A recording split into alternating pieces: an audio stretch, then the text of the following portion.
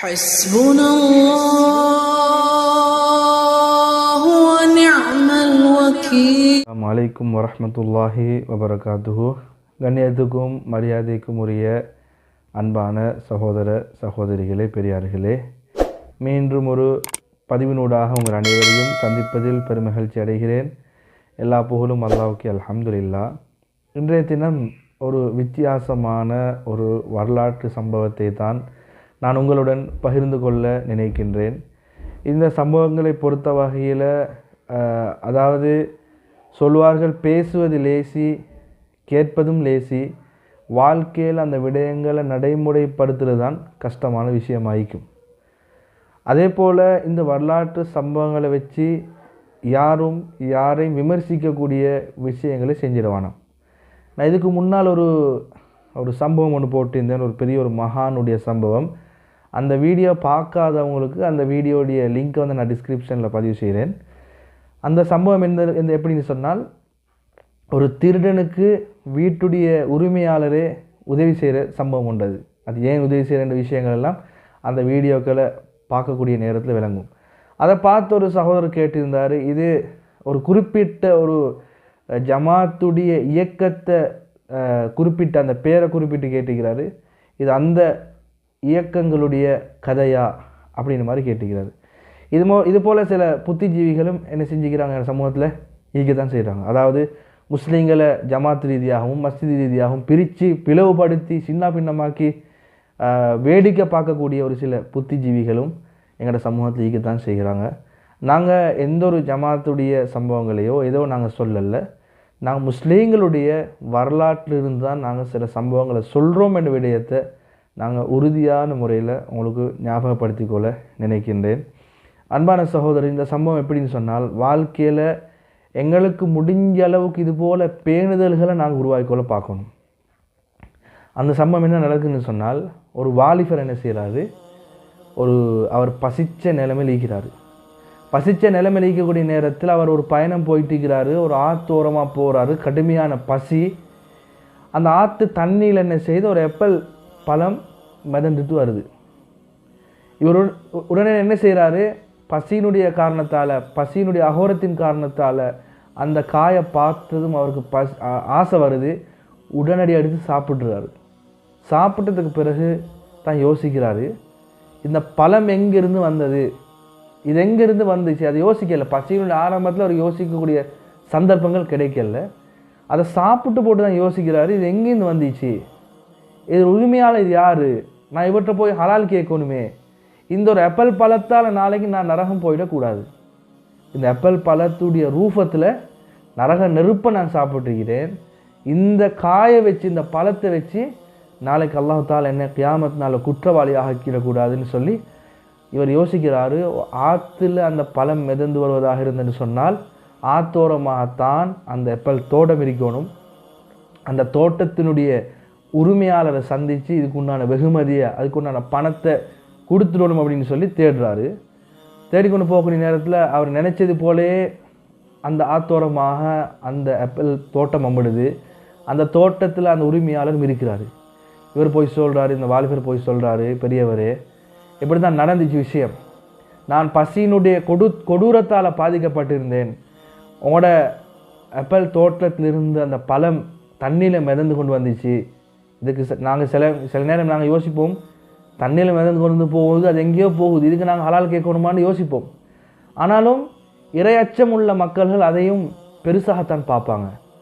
எந்த ஒரு விஷயத்தையும் அவங்க துச்சமாக நினைக்க மாட்டாங்க. சின்ன ஒரு தவறை கூட பெருசாகத்தான் நினைச்சுவாங்க, அவங்க யோசிப்பாங்க.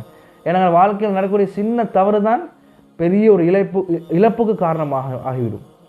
அதுபோல் இவர் அதை யோசித்து தான் என்ன செய்கிறாரு, அந்த உரிமையாளர் போய் சந்தித்து சொல்கிறாரு. அப்போ அந்த உரிமையாளர் உடனடியாக யோசிக்கிறார், அவரோட மனசில் வேறொரு விஷயத்தை யோசிக்கிறாரு. வேறொரு விஷயத்தை யோசித்து என்ன செய்கிறாரு, நான் ஒரு விஷயத்துக்கு ஒருத்தரை தேடிட்டுக்கிறேன், அதுக்கு சரியான ஆள் இவன் தான் ஐக்கும். ஆனால் சொன்னால் நாங்கள் கொஞ்சம் டெஸ்ட் பண்ணி பார்க்கணும், எடுத்தடுப்பில் நாங்கள் முடிவு எடுத்துடக்கூடாது, கொஞ்சம் சோதித்து பார்க்கணும் அப்படின்னு சொல்லி என்ன செய்கிறாரு, அந்த வாலிபர்கிட்ட சொல்கிறாரு, நீ நினைக்கிற மாதிரியெல்லாம் ஆப்பிள் பழத்துக்கு உண்டான பணத்தை தந்ததுக்கு பிறகு நாங்கள் உங்களுக்கு ஹலால் சொல்ல மாட்டோம். இப்போ நீங்கள் ஏன் தேடி வந்தீங்க எங்களை, நாளைக்கு கியாமத் நாள் இந்த எப்பல் பழத்தின் மூலமாக அல்லாஹ் என்ன குத்தம் பிடிச்சிடக்கூடாதுன்னு சொல்லி தான் நீங்கள் தேடி வந்துக்கிறீங்க. சரி, அப்படியாக இருந்ததுன்னு சொன்னால் இந்த பணத்தின் மூலமாக அந்த வெகுமதி உங்களுக்கு அடைக்க இயலாது. நீங்கள் கொஞ்சம் காலம் மேட்டு வேலை செய்யணும். அப்படியாக இருந்தால் தான் நான் என்ன செய்வேன், ஹலால் சொல்வேன். இல்லாட்டி அது ஹலால் இல்லை, உங்களுக்கு ஹராமாக தான் போகும் என்ற மாதிரி அதில் சப்ஜெக்ட் சொல்கிறது. இந்த வாலிபர் யோசிக்கிறாரு, வேறு வழி இல்லை. நாங்கள் என்ன யோசிப்போம், உனக்கு பணத்தை தாரன்னு சொன்னால் வேறு என்ன கதை, எப்பல் பணத்துக்கு உண்டான பணத்தை தாரோம். சரி, ஒரு பழமா தேவையில்லை, 2 பழமா 10 பழமா 100 பழத்துடைய பணமாக தாரோம், பிரச்சனை இல்லை. நீ சொல்கிற மாதிரி வேலை செஞ்சுட்டு இருக்கிறோமான்னு சொல்லி நாங்கள் யோசிப்போம். நாங்கள் அப்படி தான் யோசிப்போம். பேசக்கூடிய நானாக இருந்தேன்னு சொன்னாலும், கேட்கக்கூடிய நீங்களாக இருந்தேன்னு சொன்னாலும் அப்படி தான் யோசிப்போம். ஆனால் இப்போ இவர் சொன்ன பாயிண்ட் என்ன நடக்குதுன்னு சொன்னால், உங்களுக்கு ஹலால் வேணுமாக இருந்தால் நான் சொல்லக்கூடிய விஷயத்தை செய்யணும். அது ஏன் அவர் சொல்கிறாரு, அது பின்னால் உங்களுக்கு இது விளங்கும். நீங்கள் தொடர்ச்சியாக பார்த்துட்டு போய் உங்களுக்கு பின்னால் விளங்கும். அது அவர் அந்த பெரியவர் அதுக்குண்டான சொன்னதுக்குண்டான காரணம் என்ன, இவர் ஒரு விஷயத்துக்காக அந்த வாலிபரை சோதிக்கிறாரு.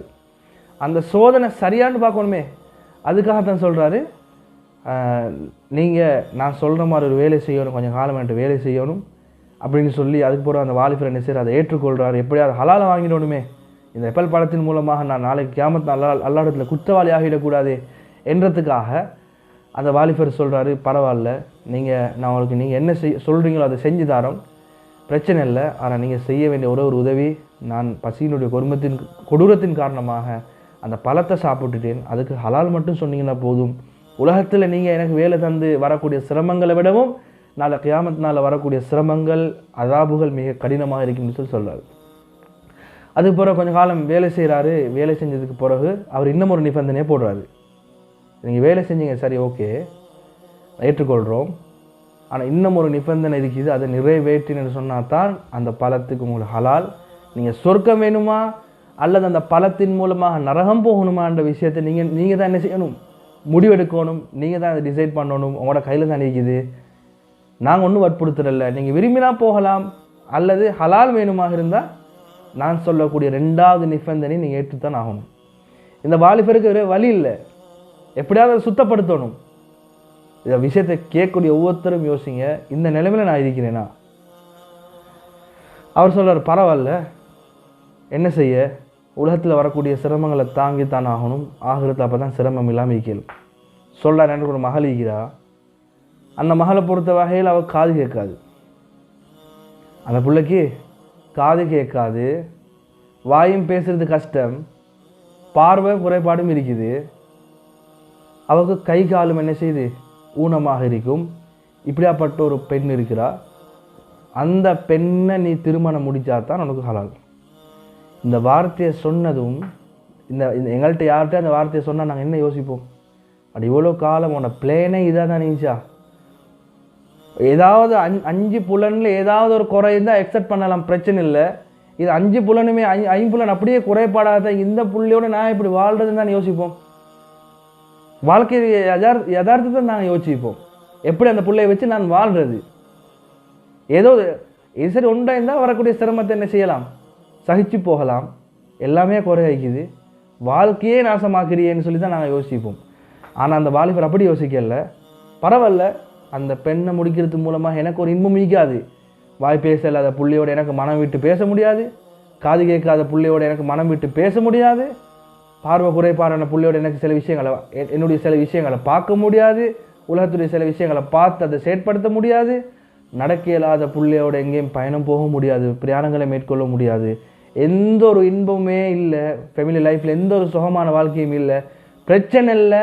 வெறுமனே 60-70 வருடங்களுக்கு மத்தியில் தான் இந்த வாழ்க்கை முடிஞ்சு போயிடும். ஆகிரத்தில் அல்லாஹ் என்ன செய்வான், எனக்கு அந்த சிறந்த ஒரு பெண்ணை தந்து அல்லாஹ் என்னை சந்தோஷப்படுத்துவான், அதனால் எக்ஸெப்ட் பண்ணுறது தான் இன்றைக்கி வழி, வேறு வழி இல்லைன்னு சொல்லி அதையும் ஏற்றுக்கொள்கிறாரு. ஏற்றுக்கொண்டதுக்கு போகிற உடனே நிக்காஹ் செய்கிறாரு. நிக்காஹ் செஞ்சதுக்கு பிறகு அந்த பெண் இருக்கக்கூடிய இடத்த போய் சொல்கிறாரு, இந்த இடத்துல போய் அவனை மனைவியை சந்திச்சுக்கோன்னு சொல்லி விட்டுடுறாரு.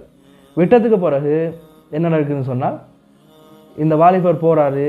போனதுக்கு பிறகு அந்த பெண்ணை சந்திக்கிறாரு. அழகான ஒரு வாலிப பெண் அமர்ந்திருக்கிறா. இவர் சலாம் சொல்லிட்டு போகிறாரு. அந்த பெண் வலைக்கும் அஸ்ஸலாம் வரஹ்மத்துல்லாஹி வபரகாத்துஹு பதில் சொல்லிட்டு வாரா. இவருக்கு ஆச்சரியமாகுது. அவர் சொன்னார், நான் உங்களை சந்திக்க வரல, வேறொரு பெண்ணை சந்திக்க வந்தேன்னு சொல்ல உடனடியாக போய் அந்த பெரியவரை போய் சொல்கிறாரு, நீங்கள் அனுப்பின இடத்துக்கு நான் போனேன், அங்கே வேறொரு பெண் தான் இருந்தால். நீங்கள் சொன்னீங்க பேச இயலான்னு சொல்லி, நடக்க இயலான்னு சொல்லி, காது கேட்காதெல்லாம் சொன்னீங்க தானே. நான் என்ன செஞ்சேன்? போனதும் அவள் சலாத்துக்கு பதில் சொன்னால், என்னை வர வைக்கிறதுக்காக நடந்து வந்தால், எல்லா விஷயங்களையும் செஞ்சால், வேறொரு பெண் தான் நடிக்கிறது. நீங்கள் சொன்ன அந்த குறிப்பிட்ட பெண் எங்கே என்று கேட்கக்கூடிய நேரத்தில் அந்த பெரியவர் சொல்கிறாரு, வாலிபனே, நான் காது கேட்காதுன்னு சொன்னது என் மகள் இதுவரைக்கும் காதால் எந்த ஒரு தீய செயலையுமே கேட்டதில்லை. நான் வாய் பேசலான்னு சொன்னேன். என் மகள் எந்த ஒரு விஷயத்தையுமே வாயால் பேசினதும் இல்லை, தவறான விஷயங்களை பேசினதே இல்லை. பார்வை குறைபாடுன்னு சொன்னேன், எந்த ஒரு கெட்ட பார்வையும் பார்த்தது கிடையாது. கால் நடக்கலான்னு சொன்னேன், எந்த ஒரு பாவ செயலை நாடி நடந்தது கிடையாது. கையேலான்னு சொன்னேன், எந்த ஒரு கெட்ட விஷயங்களையும் தொட்டது கிடையாது. இப்படியாப்பட்ட பக்குவமாக வளர்த்த ஒரு பெண்ணை கண்டவங்களுக்கெல்லாம் முடிச்சு கொடுக்கலாது. உன்னை போல் ஒரு வாலிபரை தான் நான் தேடிட்டு இருந்தேன். நீ எப்போ வந்து எந்த எப்பல் தோட்டத்துக்கு வந்து நீ ஹலால் கேட்டியோ, அந்த சாதாரண ஒரு பழத்துக்காக, அற்ப பழத்துக்காக நீ ஹலால் கேட்டியோ, அந்த டைம் நான் யோசிச்சு இவன் தான் சரியான ஆள்னு சொல்லி, ஆனாலும் அதை உறுதிப்படுத்துறதுக்காக நான் என்ன செஞ்சேன்? அதை சோதித்து பார்த்தேன், வேலை தந்தேன். அதுக்கு பிறகு தான் இப்படியாப்பட்ட ஊனங்கள் இருக்கிற ஒரு பெண்ணை நீ திருமணம் செய்யு சொன்னேன். நீ ஆகிரத்துக்காக, அல்லாஹுக்காக, அல்லாஹ்வுடைய பொருத்தத்துக்காக, அந்த அற்பமான பலத்தின் மூலமாக நான் நரகம் போயிடக்கூடாதேன்ற ஒரு இறை அச்சத்தால் நீ அந்த ஊனமுள்ள பெண்ணையும் நீ திருமணம் முடிக்கிறதுக்கு துணிஞ்சாய் தானே. அப்போ தான் நான் யோசிச்சு இவன் தான் தகுதியான ஆள்னு சொல்லி, அதுக்கு பிறகு தான் உனக்கு திருமணம் செஞ்சு தந்தேன்னு சொல்லி அந்த பெரியார் சொல்லி முடிக்கிறார். அதுக்கு பிறகு அவர் மனைவியை சந்திக்கிறார், ஒரு குறையும் இல்லாத பெண். அதுக்கு பிறகு அவங்க திருமண பந்தத்தில் இணைஞ்சு வாழ்கிறாங்க. இவங்களுக்கு ஒரு குழந்தை பிறக்குது. உலமாக்கள்கிட்ட கேட்டால் சொல்லுவாங்க, அப்துல்லா இப்னு முபாரக் ரஹிமஹுல்லான்னு சொல்லி மிகப்பெரிய ஒரு மார்க்க அறிஞருடைய தாய் தந்தைகளாக இந்த பெற்றோர் மாறினாங்கன்ற வரலாறு எங்களுக்கு சொல்லி கொண்டிருக்குது. இந்த வாலிபருடைய பேணுதலின் காரணமாக அந்த பெண் அப்படி கிடைக்குது. அந்த பெற்றோருடைய பேணுதலின் காரணமாக மிகப்பெரிய ஒரு மகான் இந்த தீனுக்காக, இஸ்லாத்துக்காக மிகப்பெரிய சேவைகளை செஞ்ச ஒரு மகானுக்குரிய பெற்றோர்களாக அந்த பெற்றோர் ஆகினாங்கன்னு சொல்லி வரலாறுகள் இருக்குது. ஆக கண்ணியமான சகோதரி, இந்த வரலாறு எங்களுக்கு என்ன விளங்குதுன்னு சொன்னால், எங்களோட வாழ்க்கையில் முடிஞ்ச அளவுக்கு அதாவது ஹராமான விஷயங்களிலிருந்து பேணுதலான முறையில் நடந்து கொள்வோம். எந்த அளவுக்குன்னு சொன்னால், சில சின்ன சின்ன விஷயங்களை கூட சில பெரியார்கள் என்ன செய்வாங்க, உலமாக்கள் என்ன செய்வாங்க, பேணுதலான முறை நடந்து கொள்வாங்க. எந்த அளவுக்குன்னு சொன்னால், சில உலமாக்கள் இருக்கிறாங்க, இன்றைக்கும் இருக்கிறாங்க, பள்ளி வாயல்களில் பாத்ரூமுக்காக வைக்கப்பட்டிருக்கக்கூடிய, டாய்லெட்டுக்கு வைக்கப்பட்டிருக்கக்கூடிய செருப்பை கூட போடாத உலமாக்கள் எத்தனை பேர் இருக்கிறாங்க. அதை கூட போட மாட்டாங்க. அது யாருக்கோ சொந்தம், அது பள்ளிக்காக வைக்கப்பட்டிருக்கு, அது பிரச்சனை இல்லை. ஆனாலும் இதில் என்ன நிலைமை, இது உள்ரங்கம் என்னன்னு சொல்லி தெரியா, அதனால் என் சொந்த செருப்பே நான் பாவிச்சு கொள்றேன்னு சொல்லி பேணுதலாக வாழக்கூடிய எத்தனையோ பேர் இருக்கிறாங்க. அப்போ நாங்கள் எந்த அளவுக்கு எங்களோட வாழ்க்கையில் பேணுதல்கள் உருவாக்குறோமோ அந்த அளவுக்கு எங்களோட வாழ்க்கைகள் அல்லாஹ் சுப்ஹானஹு வ தஆலா நிறைய மறைமுகமான உதவிகள் வச்சிருக்கிறான். இதை கேட்கக்கூடிய எனக்கும், பேசக்கூடிய எனக்கும், இதை கேட்கக்கூடிய உங்களுக்கும் இது போல வாழக்கூடிய பாக்கியங்களை அல்லாஹ் சுப்ஹானஹு வ தஆலா நசீபாக்குவானாக. மற்றும் ஒரு பதிவினூடாக சந்திக்கும் வரை விடை பெற்றுக் கொள்கிறேன். அஸ்ஸலாமு அலைக்கும் வரஹ்மத்துல்லாஹி வபரகாத்துஹு.